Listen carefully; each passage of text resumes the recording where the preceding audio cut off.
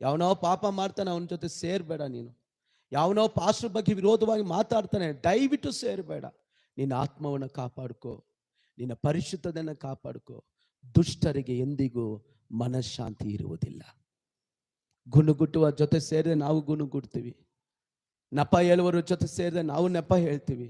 No, ನಮ್ಮ ಆತ್ಮೀಯ ತಂದೆ, ನನ್ನ ಆತ್ಮೀಯ ತಂದೆ, my father, my hero, my back bone. Hallelujah, amen. Number 2, ದುಷ್ಟರ ಕೈಯಲ್ಲಿ ನಾವು ಕೈ ಜೋಡಿಸಿದ್ರೆ ದುಷ್ಟರ ದೀಪ ಹಾರಿ ಹೋಗ್ಬಿಡ್ತದೆ. ನಂಬರ್ 3, ಬೈಬಲ್ ವಾಕ್ಯ ಹೇಳ್ತದೆ, ಸೇವಕರೇ ನೀವು ಸ್ವಲ್ಪ ರೆಸ್ಟ್ ತಗೊಳ್ಳಿ, ನೀವು ಸ್ವಲ್ಪ ವಿರಾಮ ಮಾಡಿ. ನಾವು ನೈಟ್ ಪ್ರೇಯರ್ ಮಾಡ್ತೀವಿ.